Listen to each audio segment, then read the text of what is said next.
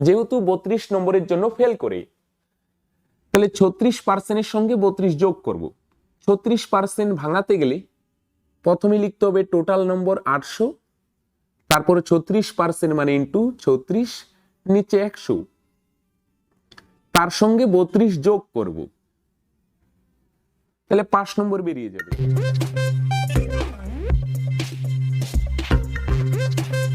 প্রিয় বন্ধুরা, শতকরার চতুর্থ ক্লাসে আপনাদের সবাইকে স্বাগতম। আপনারা সবাই জানেন ডব্লিউবিপি কনস্টেবল ও এসআই স্পেশাল 100 দিনের আমি একটি ক্র্যাশ কোর্স করছি। সেই ক্র্যাশ কোর্সের আজকে চতুর্থ দিন। তো ফ্রেন্ডস, আপনারা যদি ওই আগের 3টে ক্লাস দেখে না থাকেন, ডেসক্রিপশনে লিঙ্ক দেওয়া থাকবে, আপনারা সেখান থেকে সেই আগের ক্লাসগুলো দেখে নিতে পারেন। চলো ফ্রেন্ডস, লেট না করে শুরু করা যাক। কোনো পরীক্ষায় 5 নম্বর 16%, কোনো পরীক্ষার্থী 55 নম্বর পেয়ে 25 নম্বরের জন্য ফেল করে। পরীক্ষায় মোট কত নম্বর ছিল? তাহলে একটা জিনিস যদি ভালো করে দেখি আমরা, পরীক্ষায় 55 নম্বর পেয়ে 25 নম্বরের জন্য ফেল করে, তাহলে 5 নম্বর যদি আমরা বার করতে চাই, 55 পেয়ে 25-এর জন্য ফেল করে, তাহলে 55-র সঙ্গে যদি আমরা 25 যোগ করে দিই, তাহলে হচ্ছে 80। এই 80-কে বলবো আমরা 5 নম্বর। 80 হচ্ছে 5 নম্বর। আবার প্রশ্নে বলছে 5 নম্বর হচ্ছে 16%, তাহলে 16% হচ্ছে 5 নম্বর, আর এখানে 80 হচ্ছে 5 নম্বর। তাহলে আমরা বলতে পারবো 16% সমান সমান 80।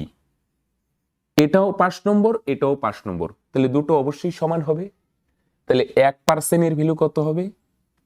80-কে 16 দিয়ে ভাগ করলেই পাওয়া যাবে। 16 দিয়ে 80-কে ভাগ করলে 5। তাহলে 1% এর ভ্যালু যদি 5 হয় বন্ধুরা, এবার আমাকে বার করতে হবে মোট নম্বর। মোট নম্বর মানে 100% এর ভ্যালু কত হবে? 1% এর ভ্যালু 5 হলে 100% এর ভ্যালু হবে 100 গুণন 5। 5-কে 100 দিয়ে গুণ করলে 500। তার মানে আমি বলতে পারবো পরীক্ষায় মোট নম্বর ছিল 500। আশা করি বুঝতে পেরেছো। চলো নেক্সট প্রবলেম। অপর একটি ইম্পর্টেন্ট প্রবলেম। এখানে কি বলছে, একজন ছাত্র 25% নম্বর পেয়ে 210 নম্বরের জন্য ফেল করে, এবং অপর একজন ওই পরীক্ষায় 55% নম্বর পেয়ে 5 নম্বর অপেক্ষা 240 নম্বর বেশি পায়। ওই পরীক্ষায় মোট কত নম্বর ছিল? এটা আমরা খুব সহজেই কিভাবে সলভ করব।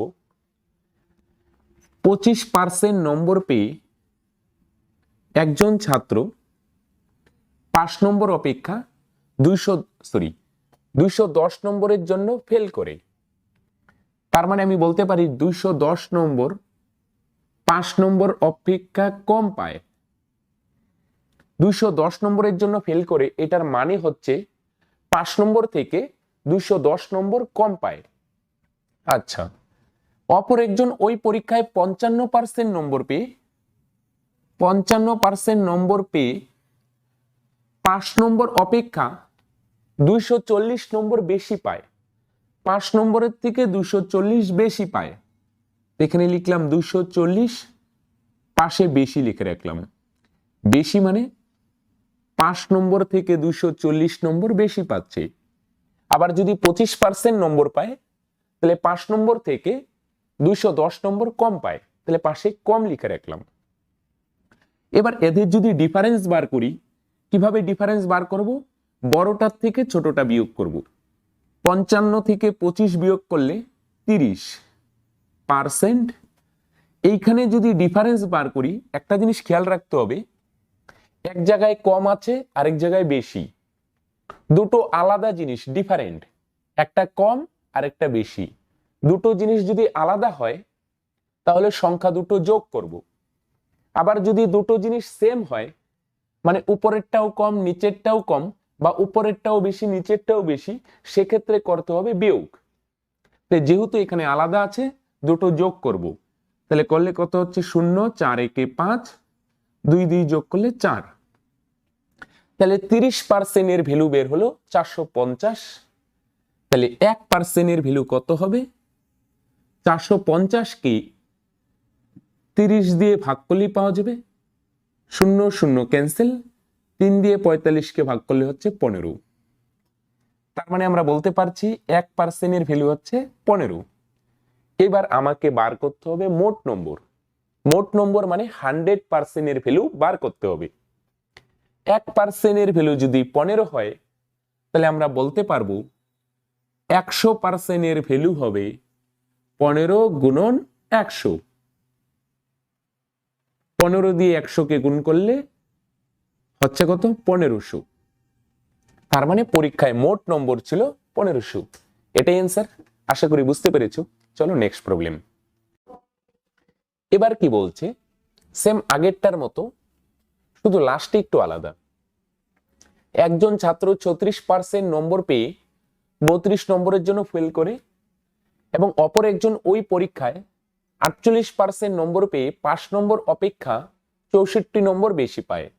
ওই পরীক্ষায় পাশ করতে শতকরা কত নম্বর পেতে হয়? সেম আগের মতো আমরা করব। 34% যদি নম্বর পায় তাহলে 32 নম্বরের জন্য ফেল করে, তার মানে আমি বলতে পারি 5 নম্বর থেকে 32 নম্বর কম পাচ্ছে। আবার অপর একজন 48% নম্বর পেয়ে 5 নম্বর থেকে 64 নম্বর বেশি পায়, তাহলে এখানে লিখবো 64, পাশে লিখবো বেশি। বেশি বলতে 5 নম্বর থেকে 64 নম্বর বেশি পাচ্ছে। এবার আমরা কি করব? ডিফারেন্স বার করব। এইখানে ডিফারেন্স বার করতে গেলে বড় সংখ্যাটা থেকে ছোট সংখ্যাটা বিয়োগ করব। 48 থেকে 36 বিয়োগ করলে হবে 12%। আর এখানে দেখছি একটা কম একটা বেশি, দুটো আলাদা জিনিস। সেক্ষেত্রে আমাকে দুটো যোগ করতে হবে। 4 আর 2 যোগ করলে 6, 6 আর 3 যোগ করলে 9। তাহলে 12% ভ্যালু 96 হলে 1% ভ্যালু কত হবে? 96কে 12 দিয়ে ভাগ করলেই পাওয়া যাবে। 12 দিয়ে 96কে ভাগ করলে হচ্ছে 8। তাহলে প্রিয় বন্ধুরা, 1% ভ্যালু 8 হলে টোটাল নাম্বারটা বার করে নিই। 100% ভ্যালু কত হবে? 100 দিয়ে 8কে গুণ করব, তাহলে কত হচ্ছে? 800। তাহলে টোটাল নাম্বার হচ্ছে 800। এবার 5 নম্বর কিভাবে বার করব? প্রথমের কন্ডিশন থেকেও বার করা যেতে পারে, দ্বিতীয়টা থেকেও বার করা যেতে পারে। প্রথমটা থেকে বার করলে 36% এর সঙ্গে 32 যোগ করতে হবে, যেহেতু 32 নম্বরের জন্য ফেল করে। তাহলে 36% এর সঙ্গে 32 যোগ করব। 36% ভাঙাতে গেলে প্রথমে লিখতে হবে টোটাল নম্বর 800, তারপরে 36% মানে ইন্টু 36, নিচে 100, তার সঙ্গে 32 যোগ করব। তাহলে 5 নম্বর বেরিয়ে যাবে। এটাকে সিম্পল করলে 2 শূন্য 2 শূন্য ক্যান্সেল, 8 দিয়ে গুণ করলে 6 আসতে 48, থাকলো 4, 3 আসতে 24, 28 প্লাস 32, তাহলে যোগ করলে হচ্ছে 320। তার মানে 5 নম্বর হচ্ছে 320, টোটাল নম্বর হচ্ছে 800। এটা অ্যান্সার না, কিন্তু আমাকে শতকরায় বার করতে হবে। শতকরায় বার করতে গেলে কি করব? টোটাল নম্বর 800 এটা লিখবো নিচে, 5 নম্বরটা লিখতে হবে উপরে, শতকরায় আনার জন্য ইন্টু একটা 100। উপরে 2 শূন্য নিচে 2 শূন্য ক্যান্সেল, 8 দিয়ে 32কে ভাগ করলে 4, একটা শূন্য, তার মানে অ্যান্সার কত বেরিয়ে যাচ্ছে? 40%। তাহলে 5 নম্বর ছিল 40%। আশা করি বুঝতে পেরেছো। চলো নেক্সট প্রবলেম। তো 4 নম্বরে কি বলছে? ইনকাম ট্যাক্স 19% বৃদ্ধি পাওয়ায় নেট ইনকাম 6% হ্রাস পায়। ইনকাম ট্যাক্সের শতকরা হার কত? এটা দেখো আমরা খুব সহজে কিভাবে করব। করার আগে একটা জিনিস বুঝে নিই, ইনকাম আরেকটা জিনিস হয় ট্যাক্স, ট্যাক্স আরেকটা হচ্ছে নেট ইনকাম। এই তিনটে জিনিস সম্পর্কে আমার একটা ক্লিয়ার আইডিয়া থাকা দরকার। ইনকাম মানে আয়। যদি আমি 10 টাকা ইনকাম করি, আমি 10 টাকা ইনকাম করছি, এটা ট্যাক্স, 3 টাকা ট্যাক্স দিচ্ছি, তাহলে নেট ইনকাম কত হবে? 10 টাকা ইনকাম করেছি, 3 টাকা ট্যাক্স দিয়ে দিলাম, তাহলে আমার কাছে থাকবে কত টাকা? 60 টাকা। এটাকে বলি নেট ইনকাম। এবার আমার ইনকাম মনে করো 10 টাকাই থাকলো, টোটাল ইনকাম 10 টাকা। এবার মনে করো ট্যাক্স আগে 3 টাকা দিতাম, এবার দিচ্ছি ট্যাক্স 4 টাকা। তাহলে নেট ইনকাম কত হবে? 10 টাকা ইনকাম করেছিলাম, 4 টাকা ট্যাক্স দিয়ে দিচ্ছি, তাহলে আমার কাছে থাকবে কয় টাকা? 6 টাকা। এটাকে বলি নেট ইনকাম। নেট ইনকাম মানে ট্যাক্স বাদ দেওয়ার পরে যে ইনকাম থাকবে সেটাকেই বলি নেট ইনকাম। তাহলে এখানে দেখো একটা জিনিস, টোটাল ইনকাম সেম, ট্যাক্স বাড়লো কত টাকা? 1 টাকা, 3 থেকে 4 হলো 1 টাকা বাড়লো। আর নেট ইনকাম কমলো কত টাকা? 7 থেকে 6 হয়ে গেল। কয় টাকা কমলো? 1 টাকা। তাহলে আমি কি বোঝাতে চেষ্টা করছি, টোটাল ইনকাম যদি সেম থাকে, ট্যাক্স যত বাড়বে নেট ইনকাম তত কমবে। ট্যাক্স যত বাড়বে নেট ইনকাম তত কমবে, যদি টোটাল ইনকাম সেম থাকে। এবার যদি আমি কোশ্চেনটা পড়ি, ইনকাম ট্যাক্স 19% বৃদ্ধি পাওয়ায় নেট ইনকাম 6% হ্রাস পায়। ইনকাম ট্যাক্সের শতকরা হার কত? যেহেতু টোটাল ইনকাম সেম, তাই ইনকাম ট্যাক্স বাড়ার জন্য নেট ইনকাম হ্রাস পায়। তাহলে আমি বলতে পারবো ট্যাক্স যত টাকা বাড়ছে নেট ইনকাম তত টাকা কমছে। তাহলে ট্যাক্স কত পার্সেন্ট বাড়ছে? 19% বাড়ছে। এটাকে যদি ভাঙাতে চাই তাহলে প্রথমে লিখবো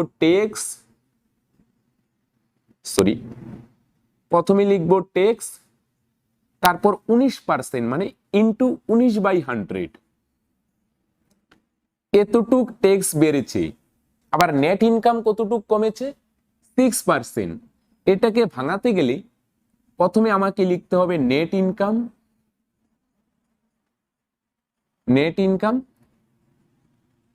তারপর 6% কমছে, তার মানে ইন্টু 6/100। এটা হচ্ছে এত টাকায় নেট ইনকাম কমেছে, আবার এত টাকা ট্যাক্স বেড়েছে। এবার একটু আগে বললাম ট্যাক্স যত বাড়বে নেট ইনকাম ততই কমবে, তার মানে এটা আর এটা দুটো সমান হওয়া উচিত। সমান করে দিলাম, এখানের 100 এখানের 100 ক্যান্সেল। এটাকে যদি সাজিয়ে লিখি, ট্যাক্স নেট ইনকামটা এই পারে নিয়ে আসলে নিচে যাবে, তাহলে নিচে থাকছে বন্ধুরা নেট ইনকাম। তাহলে ওই পারে কত থাকবে? প্রথমে লিখবো 6, আর এই 19টা ওই পারে গেলে নিচে যাবে, তার মানে ট্যাক্স হচ্ছে 6 টাকা আর নেট ইনকাম হচ্ছে 19 টাকা। ট্যাক্স হচ্ছে 6 টাকা, নেট ইনকাম হচ্ছে 19 টাকা। তাহলে ইনকাম কত? একটা জিনিস যদি ভাবি, টোটাল ইনকাম জানি না, টোটাল ইনকাম থেকে 6 টাকা ট্যাক্স দেওয়ার পর আমার কাছে 19 টাকা আছে। টোটাল ইনকাম থেকে 6 টাকা ট্যাক্স দেওয়ার পর আমার কাছে 19 টাকা আছে। তাহলে টোটাল ইনকাম বার করতে গেলে নেট ইনকামের সঙ্গে ট্যাক্সটা যোগ করলেই পাওয়া যাবে, 19 আর 6 যোগ করলে 25। তাহলে কি দাঁড়াচ্ছে? 25 টাকা ইনকাম করছি, 6 টাকা ট্যাক্স দিচ্ছি। এবার ট্যাক্সের যদি শতকরা হার বার করতে চাই, 25 টাকা ইনকাম করেছি, তার মধ্যে ট্যাক্স দিলাম 6 টাকা, শতকরায় আনার জন্য ইন্টু 100। 25 দিয়ে 100কে ভাগ করলে 4, 4 আর 6 গুণ করলে 24। তার মানে ট্যাক্সের পার্সেন্টেজ হচ্ছে 24%। আশা করি বুঝতে পেরেছো। এরকমই আরেকটি প্রবলেম করা যাবে। তো আজকে শেষ প্রবলেম, আগেরটার মতো দিয়েছি যেন এই ধরনের প্রবলেমগুলো ক্লিয়ার হয়ে যায়। ইনকাম ট্যাক্স 17% বৃদ্ধি পাওয়ায় নেট ইনকাম 3% হ্রাস পায়। ইনকাম ট্যাক্সের শতকরা হার কত? একটা জিনিস বুঝতে হবে, যেহেতু ট্যাক্স বাড়ছে তাহলে নেট ইনকাম কমবে, কারণ আমাদের টোটাল ইনকাম সেম আছে। এবার আরেকটা জিনিস আমাকে বুঝতে হবে, ট্যাক্স যত টাকা বাড়বে নেট ইনকাম তত টাকাই কমবে। ট্যাক্স যত বাড়বে নেট ইনকাম তত টাকা কমবে। তাহলে ট্যাক্স কত বাড়ছে? 17%। এটাকে যদি আমি ভাঙাতে চাই তাহলে প্রথমে লিখতে হবে আমাকে ট্যাক্স, তারপর কত পার্সেন্ট বাড়ছে? 17% বৃদ্ধি পেয়েছে, ইন্টু 17/100। এতটুক ট্যাক্স বৃদ্ধি পেয়েছে আর নেট ইনকাম কমেছে 3%। এটাকে ভাঙাতে গেলে প্রথমে আমি লিখে নিলাম নেট ইনকাম ইনটু 3% মানে 3/100। এবার বাদিকের জিনিসটা হচ্ছে এতটুক ট্যাক্স বৃদ্ধি পেয়েছে আর এটা হচ্ছে এতটুক নেট ইনকাম হ্রাস পেয়েছে। এবার আমরা জানি কি যতটুক ট্যাক্স বাড়বে ততটুক নেট ইনকাম কমবে, অর্থাৎ এই দুটো জিনিস সমান হবে। সমান হলে এখানের 100 এখানের 100 ক্যান্সেল হবে, তার মানে নেট ইনকাম এটাকে বাদিকে নিয়ে আসলে এটা আসবে নিচে লিখে নিলাম নেট ইনকাম। এদিকে থাকবে 3 আর 17টা আসবে নিচে। তার মানে আমি বলতে পারি ট্যাক্স হচ্ছে 3 টাকা, নেট ইনকাম 17 টাকা। আমি এখানে বলতে পারি ট্যাক্স হচ্ছে 3 টাকা, নেট ইনকাম 17 টাকা। তার মানে টোটাল ইনকাম জানা নেই, কিন্তু টোটাল ইনকাম থেকে 3 টাকা ট্যাক্স দেওয়ার পরও আমার কাছে 17 টাকা আছে। তাহলে টোটাল ইনকাম বার করতে গেলে নেট ইনকামের সঙ্গে ট্যাক্সটা যোগ করলেই পাওয়া যাবে। নেট ইনকাম 17 প্লাস ট্যাক্স হচ্ছে 3, যোগ করলে হয়ে যাচ্ছে 20। তার মানে দাঁড়াচ্ছে টোটাল ইনকাম করেছি 20 টাকা, তার মধ্যে ট্যাক্স দিয়েছি 3 টাকা। এটাকে শতকরা নিয়ে আসতে গেলে টোটাল ইনকাম নিচে, ট্যাক্স দিয়েছি 3 ইন্টু 100। এবার এখানের 1 0 এখানের 1 0 ক্যান্সেল, 2 দিয়ে ভাগ করলে হবে 5, 3 5 15%। এটাই হচ্ছে ট্যাক্সের পরিমাণ। আশা করি বুঝতে পেরেছো। তো ফ্রেন্ডস, আজকে এই পর্যন্তই। আমার এই ভিডিওটি ভালো লাগলে ভিডিওটি অবশ্যই লাইক ও শেয়ার করবেন, এবং আপনি যদি এখনো আমার চ্যানেলটি সাবস্ক্রাইব না করে থাকেন তাহলে অবশ্যই চ্যানেলটি সাবস্ক্রাইব করে নেবেন। তো ফ্রেন্ডস, ভিডিওটি দেখার জন্য থ্যাঙ্কস।